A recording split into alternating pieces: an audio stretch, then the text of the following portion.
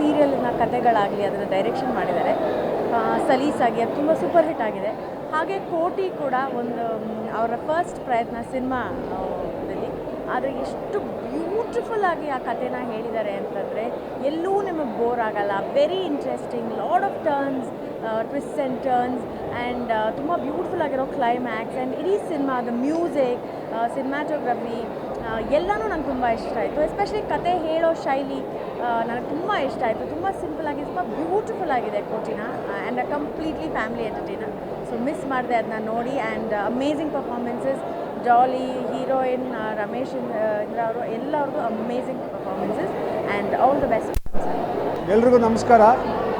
ನಾನು ಈಗ ತಾನೇ ಒಂದು ಅದ್ಭುತವಾದ ಸಿನಿಮಾ ನೋಡ್ಕೊಂಡು ಹೊರಗೆ ಬರ್ತಾಯಿದ್ದೀನಿ, ಕೋಟಿ. ನಿಜವಾಗಲೂ ಒಂದು ಸಿನಿಮಾ ಹೇಗೆ ಮಾಡಬೇಕು ಅನ್ನೋದನ್ನು ನಿರೂಪಿಸೋದಕ್ಕೆ ಒಂದು ಸಿನಿಮಾ ಮಾಡ್ದಂಗಿದೆ ಇದು. ಇದರಲ್ಲಿ ಎಲ್ಲ ಡಿಪಾರ್ಟ್ಮೆಂಟು ಅದ್ಭುತವಾಗಿ ಕೆಲಸ ಮಾಡಿದ್ದಾರೆ. ಅದು ರೈಟಿಂಗ್ ಆಗಿರ್ಬೋದು, ಡೈರೆಕ್ಷನ್ ಆಗಿರ್ಬೋದು, ನಮ್ಮ ಪರಮ್ ಅವ್ರದ್ದು ಎಕ್ಸ್ಟ್ರಾ ಆರ್ಡಿನರಿ ಆಗಿದೆ.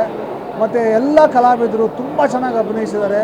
ಕ್ಯಾಮ್ರಾ ವರ್ಕು, ಮ್ಯೂಸಿಕ್ಕು, ನೀವು ಯಾವ ಡಿಪಾರ್ಟ್ಮೆಂಟ್ ಕೇಳ್ತೀರಾ ಆರ್ಟ್ ಡೈರೆಕ್ಷನ್ನು ಎಲ್ಲವೂ ಕೂಡ ಸೂಪರ್ ಆಗಿದೆ. ಇಂಥ ಸಿನಿಮಾ ಕನ್ನಡ ಚಿತ್ರರಂಗಕ್ಕೆ ಬೇಕಾಗಿರುವಂಥ ಸಿನಿಮಾ.